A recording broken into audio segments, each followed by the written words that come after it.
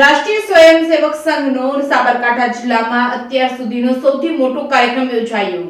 રાષ્ટ્રીય સ્વયંસેવક સંઘનો સાબરકાંઠા જિલ્લામાં અત્યાર સુધીમાં સૌથી મોટો કાર્યક્રમ છે. રાષ્ટ્રીય સ્વયંસેવક સંઘના 100 વર્ષ પૂરા થયેલ છે. સ્થાપનાના શતાબ્દી વર્ષ અંગત શક્તિ એકત્રીકરણ નો ભવ્ય કાર્યક્રમ યોજાયો હતો.